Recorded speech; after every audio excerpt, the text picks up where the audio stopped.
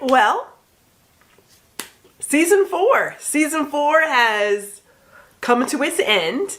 And surprise, surprise, we are here doing a recap of what we really talked about in this season. If I had to sum it up, I'm going to say this is the season to get committed to making the change. Let's talk about it.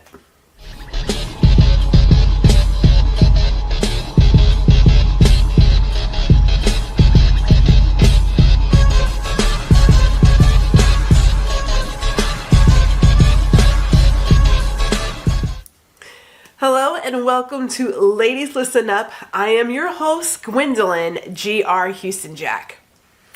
As I was saying, this is season 4.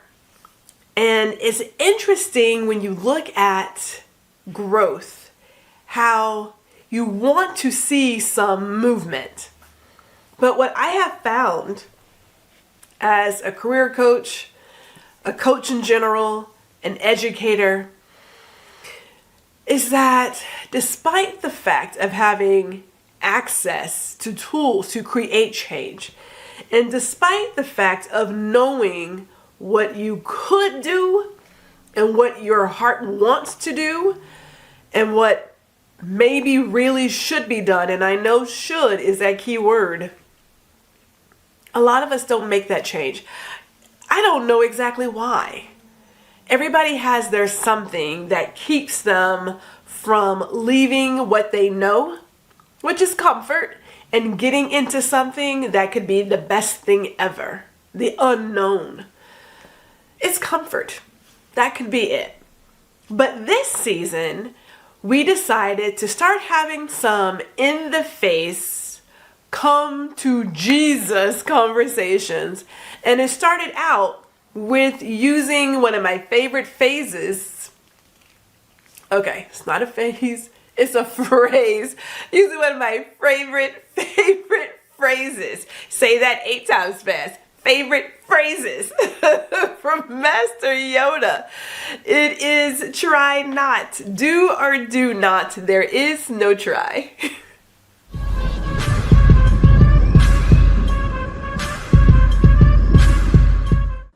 Because it's about word choice. Master Yoda told Luke, do or do not, there is no try. I told my team that too. When they would say, well, I'm trying to sell it. I'm trying to get to work on time. I'm trying to. Are you really? Now, somebody told me, Gwendolyn, that doesn't make sense. Because there is always a moment when you are trying. But what exactly is that? What does trying look like? Now, let me just give you my interpretation, because I'm with Master Yoda. You either gonna do this or you not gonna do it. There is no in between.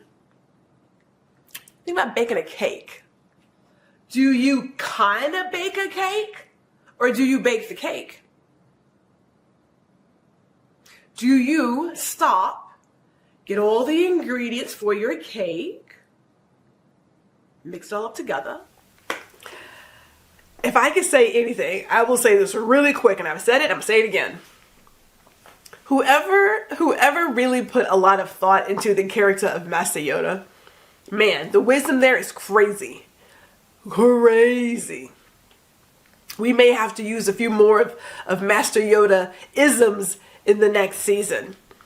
But beyond deciding, beyond putting your foot down that you are going to now do what you believe needs to be done so that you can have the best life ever, we had to revisit a place about what that looks like. Because a number of us gave up our dreams and aspirations for someone else because somebody told us that's what we should do. And now you're at a point in life where you have to go back and say, what are my dreams? What are my wants? What are my aspirations? Episode 2 reminded us what it was like to dream and be a kid again. Not that dreaming is just for kids. Let's look at it. comes from dreaming. Something happened between being a kid to getting to an adult that we lose. We lose all the tools to dream, to be creative. We lose it. We start telling ourselves, you know where I'm going with this. We start believing the lies that we were told, that we're not creative, that you can't do this, that you weren't designed for that that's not in your DNA, that this is beyond you. We start believing that BS, and we stop dreaming. And we consciously decide to let go of our dreams. We let go of our natural, creative wants. We let it go. And we commit to working and building the dreams of someone else.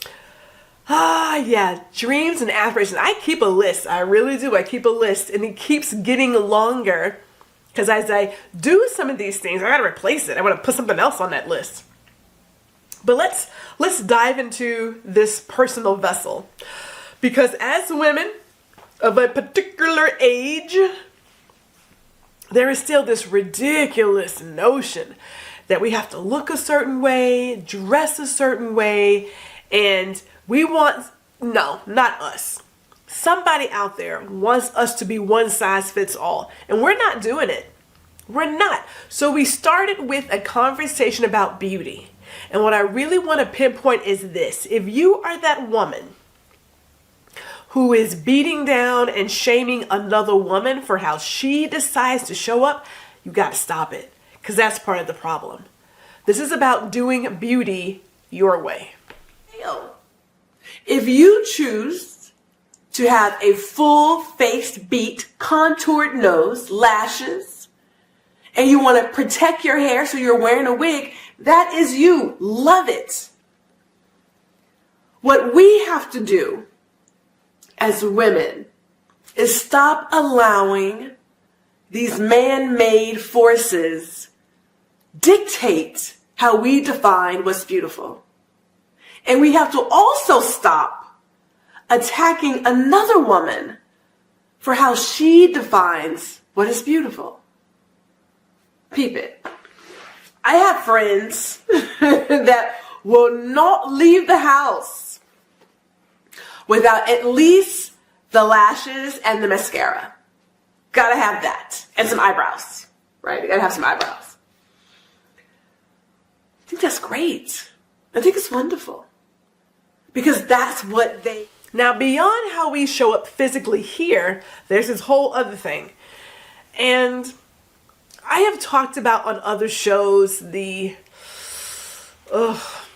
impact of seeing these visual images telling mothers that as they are giving birth, they should immediately run into another room and have cosmetic surgery done on their abs or whatever else. It's just so beyond ridiculous. It's not healthy. It's beyond ridiculous. And we have to notice at a certain point that these visual images, they're not real. It's not sustainable. It's not real. Let's start wrapping our arms around the body we have and loving us for every inch, curve, dip, like everything. Let's get that. So we talked about body types. But that's life. Let me go back to this again. When you're seeing all these messages about what's in vogue and what you should look like, and this is what we see as being attractive, I am telling you right here, right now, take all of that, put it in the garbage can and burn it. Put it on flame. Just burn it. Because it'll get in your head. Here I was, this person who is tall and lanky and about as flat as all get out. And I was working overtime to get a body, a mesomorph, right? A little athletic, a little fit, a little bump in the... And it wasn't happening, Captain. It was not happening because it wasn't supposed to be. There's not... Isn't that refreshing? Perhaps we'll find somebody who can give us some official fitness health something. Who knows? Because I can say this. These health influencers, I wouldn't put my life in their hands, but that's a different conversation for a different day. Maybe next season, right? But I do want to talk about that savior complex, because we wanted to move from making the decision to commit to the change, discussing who you are as a person, your dreams, your aspirations, look at how you show up physically, but then also recognizing that you're gonna have to let go of some of the things that have been your cape, have been your shield, have been your mask. We've been playing savior, saving all the people and not saving ourselves. But that was the role. The role was to take care of all the things. Even so much so that when my father became ill with lung cancer, taking him to his doctor appointments, carrying a phone into the appointment to record the doctor so I can transcribe it, let the family know, here's what's going on. There was always this place of, Gwendolyn will save the day. And not that people ever said it, it just kind of happened. And because it just kind of happened, I kind of, shouldn't say kind of, we have to stop saying kind of, let's own this. I stayed there. I stayed there. I stayed in this place of, let me save all the people and do all the things and put myself aside. I think about my health at work when I clearly had this cyst that I could see. I could touch it. That's how bad it was. I could touch this cyst. And I was like, oh, I'll go in for a doctor. Man, letting it burn, doesn't it feel good? Let all this stuff burn, like burn it down. Okay, maybe I need to stop burning things. But I find that when you burn it, it's over. You ain't got to worry about it anymore. Can we talk about the money? Because we had mentioned these influencers in all the areas, body, face, beauty, job, career. Then there's money. And again, some of these influencers, you put your whole life in their advice, you can find yourself behind bars or with a really big bill because you believe in these glitches. We're going to talk about budgeting and getting your finances right. That some things sound so good they cannot be true. And let's just travel back in time recently to where a number of persons really believed that Chase Bank had a glitch at their ATM. That if you wrote this fraud check and deposited it at the ATM, there was this glitch and you would get all this money. Now, I don't know how old you are, but you don't have to be that old to know that the bank is never just giving away money. Never.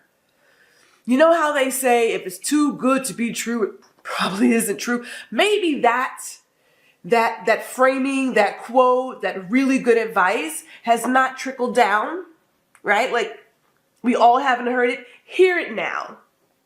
Don't care how old you are.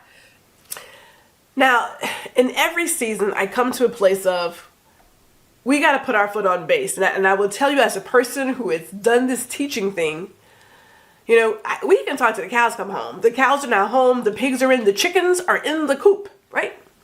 But at some point, you have to recognize, and I know have to is, again, putting a belief on you. But at some point, the decision to do something different, to have something better, it has always been yours. And so nothing changes if nothing changes. Therefore, the choice is yours. Let's check that out. When I'm not your manager. Because I would ask her, what do you want to do with your career? Or what do you think I should do? Where do you see me? I kid you not. I let my team know I don't care what you do. Because your career is not mine. I don't care. My job is to help you reach whatever height you want to reach. That's my job. That's where my care and concern comes in, providing opportunities for you to do what you want to do. That's my care and concern. What you do, I don't, hey, really, because that's your life. You are grown. Has nothing to do with me. As I would tell them, my career is my own. Gwendolyn is focused on getting her career places. That's my care and concern. Getting my paycheck, getting my stuff done, my dreams, my aspirations. That's my concern. We're coming to the end. Here we are. We are going to step into a new life. And actually, it's not a new life. I would say it's a new chapter of the book that you've been writing for all this time. Because at any point, you can decide this is not how the story is going to end. You make that decision. And so in our last episode, we discussed having a new attitude. And we talked about a tool that can help you get there. We all go through these things. We all go through it. But we have to be honest with ourselves. And there may be a place where we have to do a Viking funeral where we take all of these bad habits and these awful thoughts and all these lies and put it in a little boat at a lake, light it up and let it burn. Get done with it.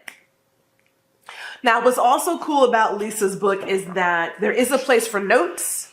So you can write your notes down and then you go into the next week. It's 8 weeks. Can it take more than 8 weeks? Oh yeah, for sure. Because I found myself stopping here and there to really sit in it. Now, some of the topics she discusses, there is the pause. There is one about wellness. There is one about finances. There was one about relationships. Amazing, amazing. Another amazing season. We're planning for the next. We know we are going to talk about word choice. And we're going to look at confidence and confidence builders. And really continue to strengthen this message of unlearning what you have learned. And I don't know, we may very well give a whole season to Master Yoda and his lessons, like really. I'm gonna marinate on that one. I'm gonna marinate on it. But as you take this time to soak all this in, perhaps go back and replay a few episodes that you missed, I want to tell you, give yourself the space and grace to grow and learn. I'll see you next season.